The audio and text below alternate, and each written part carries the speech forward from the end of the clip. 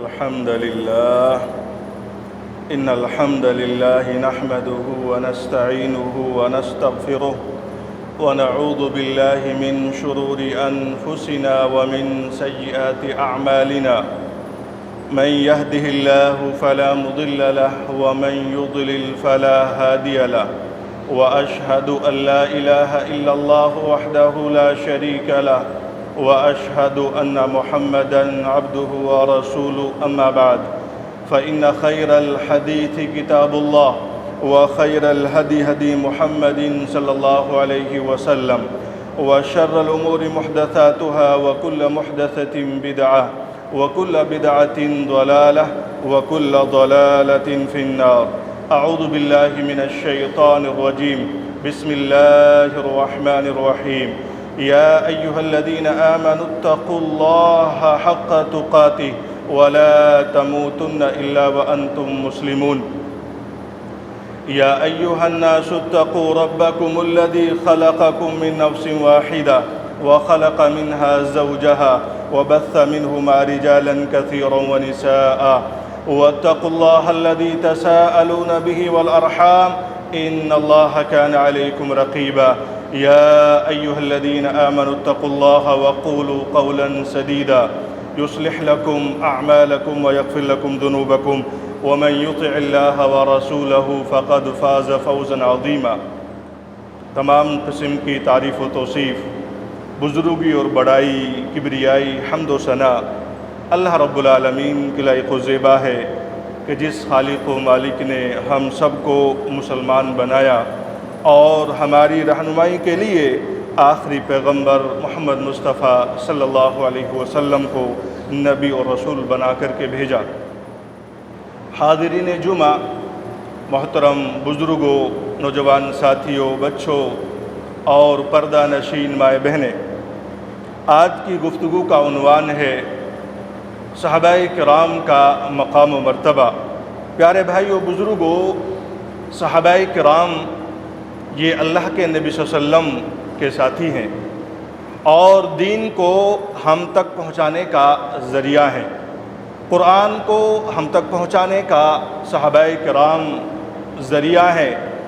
وحی اور پوری شریعت کو امت مسلمہ تک پہنچانے کے لیے صحابہ کرام ہی سب سے بڑا ذریعہ ہیں۔ سب سے پہلے میرے پیارے بھائیوں، ان کی عظمت کو جاننے سے پہلے ہم جانتے ہیں کہ صحابی کسے کہتے ہیں۔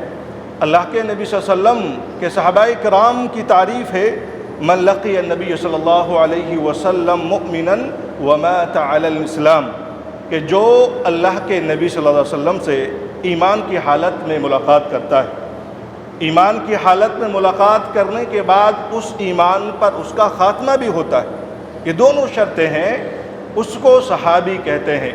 ایمان لانے کے بعد اگر کوئی مرتد ہو جائے تو پھر وہ صحابی نہیں ہوتا ہے۔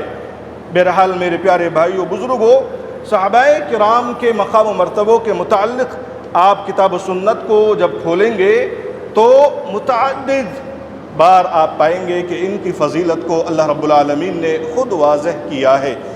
سب سے بنیادی آیت سورۃ الفتح آیت نمبر 18 آپ کھولیں گے، اللہ تعالیٰ فرماتا ہے لَقَدْ رَضِيَ اللَّهُ عَنِ الْمُؤْمِنِينَ اِذْ يُبَايِعُونَكَ تَحْتَ الشَّجَرَةِ، کہ یقیناً اللہ تعالیٰ ان مومنوں سے راضی ہو گیا ہے جو وہ درخت کے نیچے اس سے بیعت کر رہے تھے۔ صحابہ کرام نے اللہ رب العالمین سے بیعت کی۔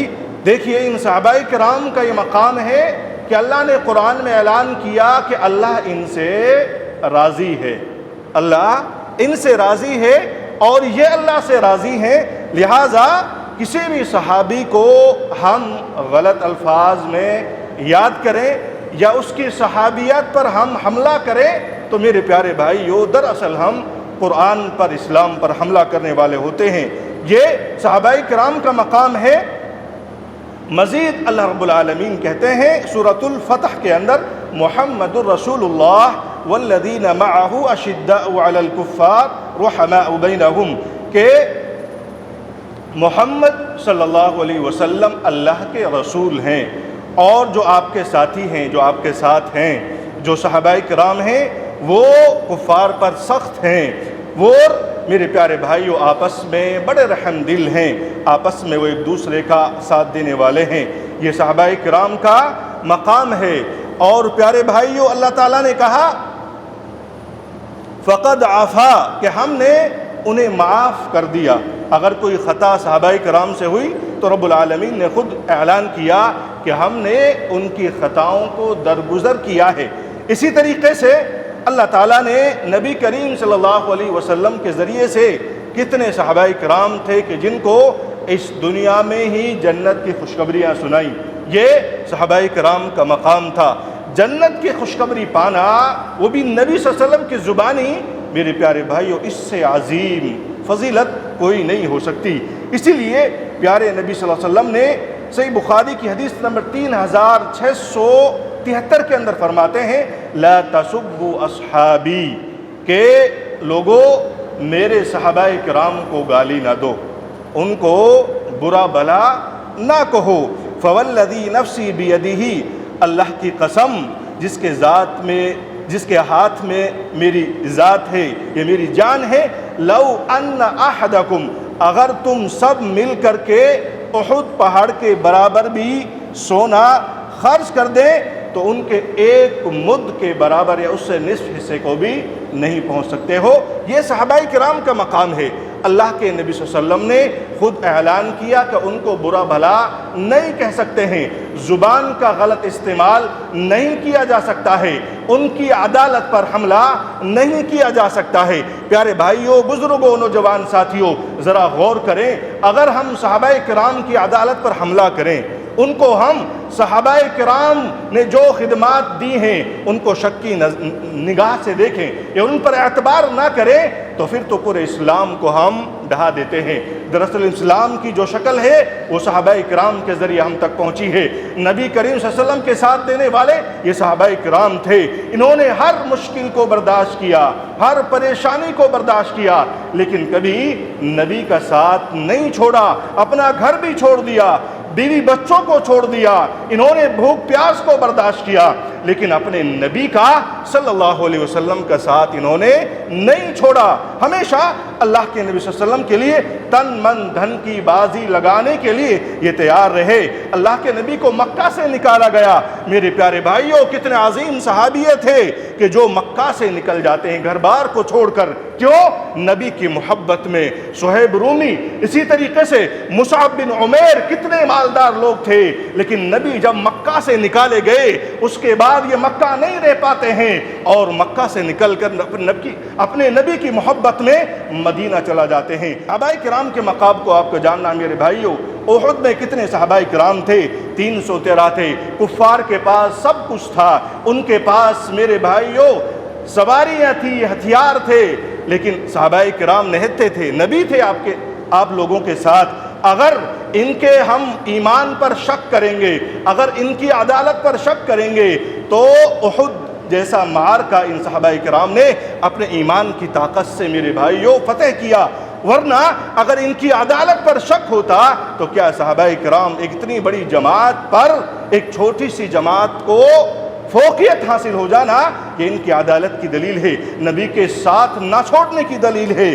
اس لیے صحابہ کرام میں چاہے جو بھی صحابی ہو، سب سے پہلے حضرت ابو بکر، اس کے بعد عمر، اس کے بعد عثمان، اس کے بعد علی، اس کے بعد جو بدر کے شرکت کرنے والے ہیں، اس کے بعد جو احد میں شرکت کرنے والے ہیں، اس کے بعد عشر مبشرہ ہیں۔ میرے پیارے بھائیوں، یہ تمام صحابہ کرام بڑی فضیلت رکھتے ہیں، اور میرے پیارے بھائیوں بعض لوگ حضرت معاویہ رضی اللہ عنہ پر جو ہے کہ طعن اور تشنیع کرنا چاہتے ہیں، ان کی عدالت پر حملہ کرتے ہیں، جو کاتب وحی ہے۔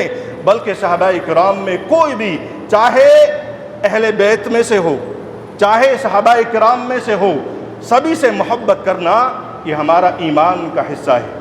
یہ ہمارا ایمان اگر سلامت ہے تو صحابہ کرام سے ہم محبت کرنا چاہیں گے، صحابہ کرام میں سے کسی پر ہم طعن و تشنیع نہیں کر سکتے۔ جو صحابہ کرام پر میرے پیارے بھائیوں غلط الفاظ کا استعمال کرتے ہیں یا ان کی عدالت پر حملہ کرتے ہیں، ان کا متعلق آپ دیکھیے، چند لوگ جو لوگ صحابہ کرام کو غلط کہنے کی انہوں نے کوششیں کی، ان کا حال اس دنیا میں کیا ہوا۔ دراصل آج ہمارے مسلم نوجوانوں میں بہت سے لوگ رافضیت سے متاثر ہو کر، شیعوں سے متاثر ہو کر، وہ کہتے ہیں شیعہ کہ اصل جو ہے خلافت کے حقدار علی رضی اللہ عنہ تھے۔ ارے علی ایک عظیم صحابی ہیں، چوتھے خلیفہ ہیں، عشرے مبشرہ ہیں، نبی کے ساتھی ہیں، نبی کے رشتہ دار ہیں، نبی کے داماد ہیں، ان کی عدالت سے کسی انکار نہیں کیا جا سکتا۔ لیکن نبی نے صحابہ کرام کے مقام کو واضح کیا تھا۔ آپ نے اپنی زندگی میں حضرت ابو بکر رضی اللہ عنہ کو امام بنایا، اس کے بعد صحابہ کرام کے رائے مشورے سے، شورا کے ذریعے سے حضرت عمر رضی اللہ عنہ کو خلیفہ بنایا گیا۔ لیکن اہل تشیع کے یہاں تینوں خلیفہ کو نہیں مانتے، ان کو گالیاں بکتے ہیں، ہماری ماؤں کو نہیں مانتے، عائشہ رضی اللہ عنہا کو گالی بکتے ہیں، اور ان کا پروپیگنڈا کیا ہوتا ہے؟ دراصل میرے پیارے بھائیوں، یہ علی کی محبت میں پورے اسلام پر حملہ کرتے ہیں، تمام صحابہ کرام کی عدالت کو مجروح کر دیتے ہیں۔ اس لیے بہت سے نوجوان ہیں جو ان کے فریب میں آ کر، جنہیں پتہ نہیں ہے، جن کی فکر صحیح نہیں ہے، جن کی سوچ فکر صحیح نہیں ہے، وہ اہل تشیع روافض کی سوچ میں مبتلا ہو کر صحابہ کرام پر جو ہے کہ اس انداز کے الفاظ ادا کرنے کی کوشش کرتے ہیں۔ یاد رکھیے، بر صغیر میں صحابہ کرام پر جو سب سے پہلے جنہوں نے زبان درازی کی، وہ مودودو کی کتاب خلافت و ملوکیت ہے۔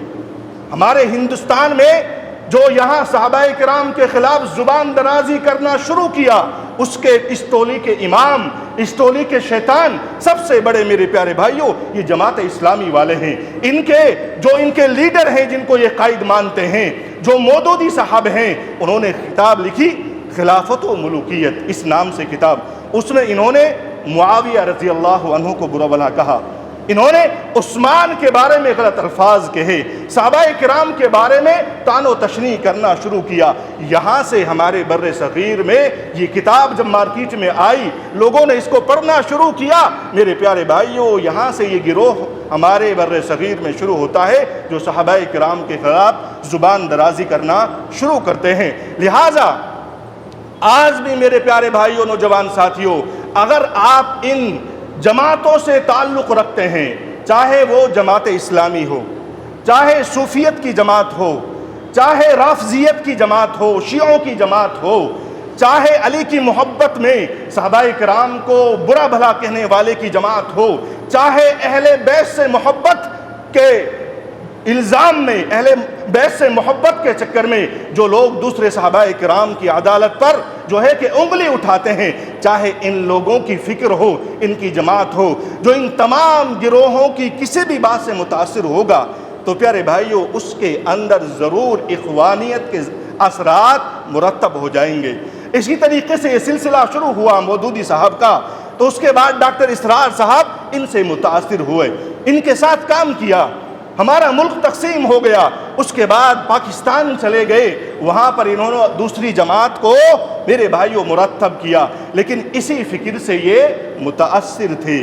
آج بھی جو لوگ کہتے ہیں کہ اتحاد امت ہونا چاہیے، ذرا آپ غور کیجئے پیارے بھائیوں، آپ اپنے ایمان کو تلاش کر کے دیکھیے، ایمان کو اپنے کو تھوڑا چیک کر کے دیکھیے کہ جو نبی صلی اللہ علیہ وسلم کے سب سے عظیم صحابی ابو بکر رضی اللہ عنہ کی عدالت کو نہیں مانتے، جو ہماری ماں، ارے اپنی ماں کو گالی کون بکتا ہے؟ آپ برداشت کریں گے اگر آپ کی ماں کو کوئی گالی بکے؟ نعوذ باللہ، یہ رافضی ہماری ماں، ہم سب کی ماں اما عائشہ رضی اللہ عنہ کو گالیاں بکتے ہیں۔ کیا جو گالی بکتا ہو، جو اسلام پر حملہ کرتے ہوں، جو رمضان کو نہیں مانتے ہوں، جو قرآن کو نہیں مانتے ہوں، جو صحابہ کرام کو نہیں مانتے ہوں، کیا وہ ہمارے بھائی ہو سکتے ہیں؟ نہیں۔ اگر ایسے لوگ کسی مسلمان کے اہل سنت میں سے اگر کسی کے ایسے لوگ بھائی ہو سکتے ہیں تو دراصل میرے بھائیوں وہ شیطانوں کا بھائی ہے، کیونکہ اگر ہماری ماں پر حملہ ہو جائے تو ہم اسے بھائی نہیں کہہ سکتے، اسے ہم اتحاد امت کا نعرہ دے کر اپنی صفوں میں داخل نہیں کر سکتے، ان کی صفوں میں داخل نہیں ہو سکتے۔ اس لیے صحابہ کرام حضرت ابو بکر رضی اللہ عنہ سے لے کر حضرت حسین رضی اللہ عنہ تک جتنے بھی صحابہ کرام ہیں، آخری صحابی جو تقریباً 110 ہجری میں جن کا انتقال ہو جاتا ہے، حضرت ابو طفیل جن کا نام تھا، تمام صحابہ کرام کی عدالت ہمارے دلوں میں بسی ہوئی ہے، ہم ان سے دل و جان سے زیادہ محبت کرتے ہیں۔ نبی کے جس طریقے سے نبی سے ہم محبت کرتے ہیں، اسی طریقے سے میرے پیارے بھائیوں ان کے ساتھیوں سے ہم محبت کرتے ہیں، ہمارا ایمان کا حصہ ہے۔ نوجوان ساتھیوں یاد رکھیے، اگر آج آپ ان جو جماعت ہیں، جو حزبیت ہیں، جو تحریکیت ہیں، جو اخوانیت ہیں، جو یہ فتنے ہیں، یہ تمام فتنے ان نوجوانوں کو برباد کرنے کے لیے قائم کیے گئے ہیں۔ اس جماعت کے اندر جو جماعت اسلامی ہے، سب سے زیادہ ہمارے جماعت اہل حدیث کے لوگ ملتے ہیں۔ کیوں؟ اس کا ریزن کیا ہے؟ اس کا ریزن ہے کہ یہ لوگ ہماری جماعت میں آتے ہیں اہل حدیث بن کر کے، اہل السنت والجماعت کے نام سے رفع الیدین بھی کریں گے، آمین کہیں گے، لیکن اندر اندر یہ لوگ ان نوجوانوں کو ورغلانے کی کوشش کرتے ہیں۔ ان نوجوانوں کے خلاف سب سے پہلے جہاد کی بات کریں گے۔ ارے ہم انڈیا میں رہتے ہیں، انڈیا میں جہاد نہیں کر سکتے، ہمارا ملک جمہوری ہے، ہمارا ملک قانون ہے جو ہمیں ہر طریقے کا رائٹ دیتا ہے، یہاں جہاد کی کوئی بات نہیں ہو سکتی۔ اس کے بعد ان کو علماء کرام کے خلاف بھڑکائیں گے، ارے علماء تو صرف گدیوں پر رہتے ہیں، ان کو تو منبر سے کام لینا ہے، یہ کچھ نہیں جانتے۔ ان کا جو یہ تحریکی لوگ ہیں، جو جماعت اسلامی کے لوگ ہیں، ان کی جو فکر ہے میرے پیارے بھائیوں نوجوان ساتھیوں، آپ کو اس انداز میں ورغلاتے ہیں۔ تیسرا ان کا جو ہتھیار ہوتا ہے، یہ سعودی عرب کے خلاف آپ کو بھڑکائیں گے۔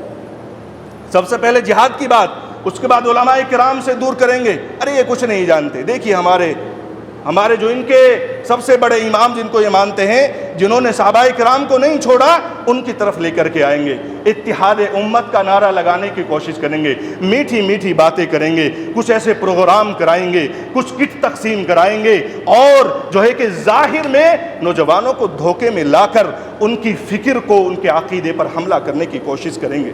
جب ایک نوجوان علماء کرام سے دور ہو گیا اور سعودی عرب کے خلاف بکتے ہیں، کیونکہ وہاں اہل السنت والجماعت کی حکومت ہے، اگر علماء کرام سے آپ دور ہو گئے تو پھر آپ خود ہی مفتی بن جائیں گے، اور جو نوجوان خود ہی ہر چیز کا فیصلہ لینے لگا، علماء کرام کو اس نے سائیڈ میں لگا دیا، تو پیارے بھائیو نوجوان ساتھیو، وہ نوجوان پھر فتنوں سے نہیں بچ سکتا ہے۔ آپ علماء کرام کے بغیر اس طریقے سے ہیں جیسے ایک گاڑی ہے، اگر اس کے ایک ٹائر کو، دو ٹائر کو پنچر کر دیا جائے تو کیا وہ گاڑی صحیح سلامت اپنی منزل مقصود تک پہنچ سکتی ہے؟ نہیں پہنچ سکتی ہے۔ وہ گاڑی جو پنچر ہے جس کا ٹائر، تو وہ گاڑی ضرور ایکسیڈنٹ کر دے گی، کہیں نقصان پہنچا دے گی۔ اس لیے یہ لوگ یہ چاہتے ہیں، یہ جماعت اسلامی جو یہ فتنے ہیں، کہ یہ ان نوجوانوں کو صحیح دین سے، صحیح عقیدے سے، منہج سلف سے دور کر دیں اور آپس میں انتشار برپا کر دیں۔ آپ پڑھ کے دیکھیے، تاریخ پڑھ کے دیکھیے، آپ جو ہے کہ ان کی ہسٹری پڑھ کر دیکھیے، جتنے بھی نوجوان جیلوں میں بند ہیں، ہمارے جماعت کے جتنے بھی نوجوان جیلوں میں بند ہیں، انہی لوگوں کی فکر سے متاثر ہو کر انہوں نے وہ کام کیے جو ہمارے ملک کے قانون کے خلاف ہے۔ آج بیچارے جیلوں میں سڑ رہے ہیں، بڑے بڑے جو معاملات ہوئے ہیں ان سب میں ایسے ہی لوگوں کا ہاتھ ہوتا ہے، اور یہ کام کر کے اس کے بعد ان نوجوانوں کو دیکھنے کے لیے یہ لوگ جاتے بھی نہیں ہیں۔ اس لیے آج اگر آپ کو صحیح سلامت رہنا ہے، صحیح منہج پر، پیارے بھائیو نوجوان ساتھیوں، مر جانا ہے ایک دن، اور مرنے کے بعد سب سے پہلے قبر کے اندر عقیدے کے بارے میں پوچھا جائے گا۔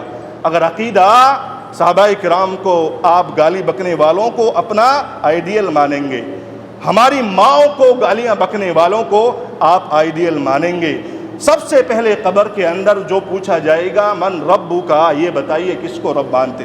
عقیدہ ہے، توحید ہے۔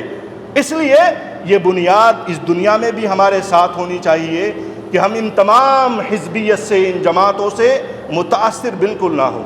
آپ جو ہے کہ علماء کرام جو منہج سلف سے تعلق رکھتے ہیں ان سے قریب رہیے، تبھی آپ صحیح معلومات اخذ کر سکتے ہیں۔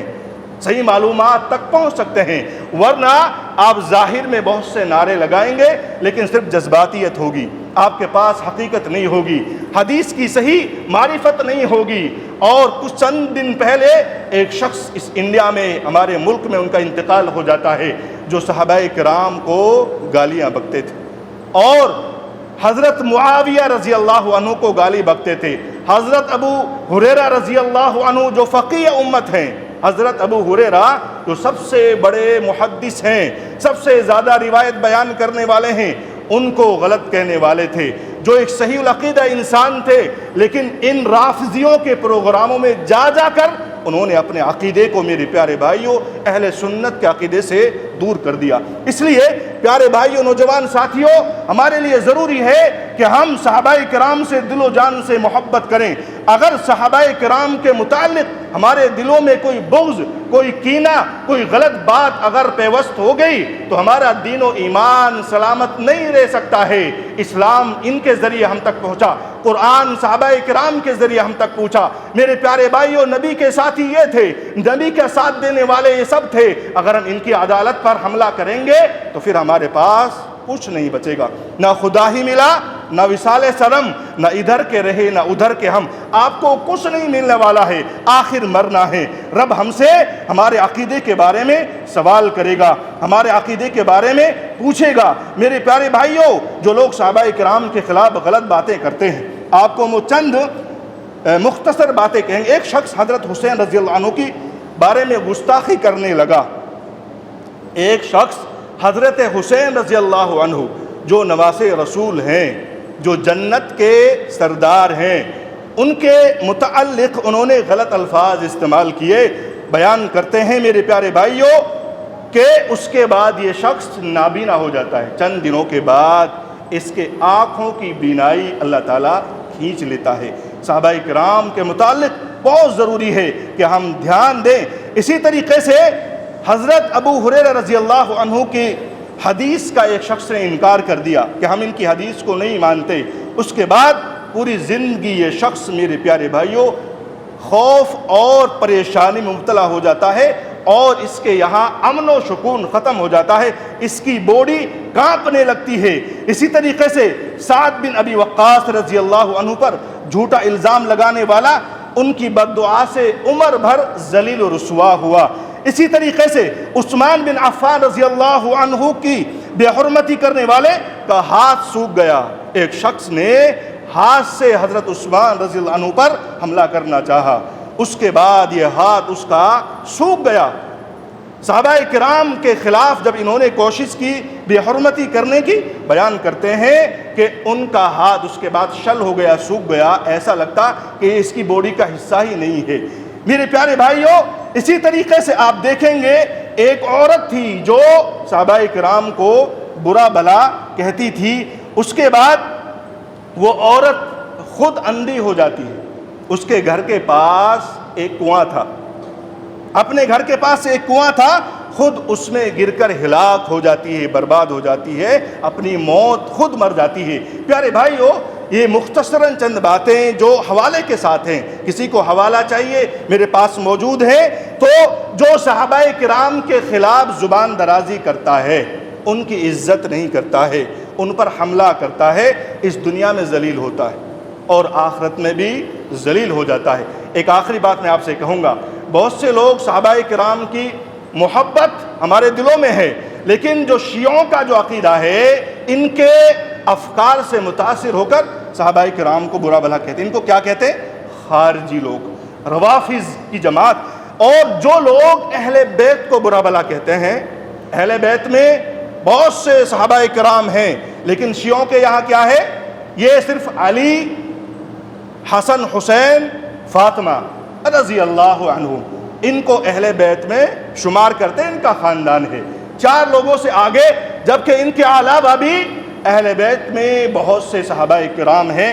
اس لیے اگر کوئی صحابہ کرام کو برا بھلا کہتا ہے، وہ خارجی جماعت سے، وہ تحریکی جماعت سے تعلق رکھتا ہے۔ کوئی اہل بیت کو برا بھلا کہتا ہے، میرے بھائی، وہ ناسبیت سے اس کا تعلق ہے، وہ مسلمان نہیں ہو سکتا ہے۔ اس لیے آپ سے عرض گزارش یہ ہے میرے پیارے بھائیوں، ہم مسلمان ہیں، ہمارا ایمان ہے کہ صحابہ کرام سے اللہ راضی ہوا ہے، صحابہ کرام کو جنت کی خوشخبریاں سنائی ہیں۔ اگر ان سے کوئی خطا ہوئی ہے تو ہمیں بالکل بھی یہ حق نہیں بنتا ہے کہ ہم ان کے خلاف کوئی ایک لفظ بھی بولیں، ایک جملہ بھی بولیں کہ ایسا ہونا چاہیے تھا۔ کیونکہ اہل السنہ والجماعت کا عقیدہ ہے کہ ہم صحابہ کرام کی عدالت کو 100% تسلیم کرتے ہیں۔ آپ صحابہ کرام کے خلاف ایک غلط زبانی کو بالکل ایکسیپٹ نہیں کرتے ہیں، ان کے متعلق جو معاملہ ہے وہ اپنے رب کے سامنے رکھتے ہیں۔ صحابہ کرام کی عدالت ہمارے لیے ہمارے ایمان کا حصہ ہے۔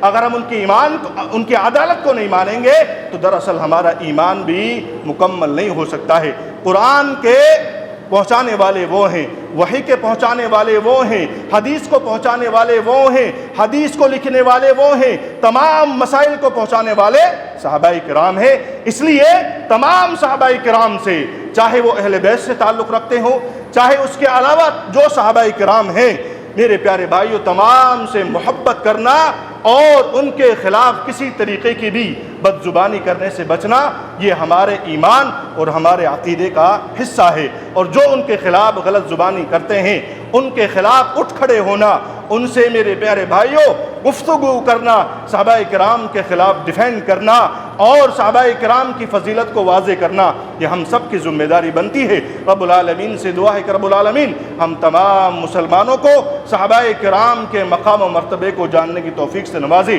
رب العالمین ہم تمام مسلمانوں کے ایمان کی حفاظت فرمائیں۔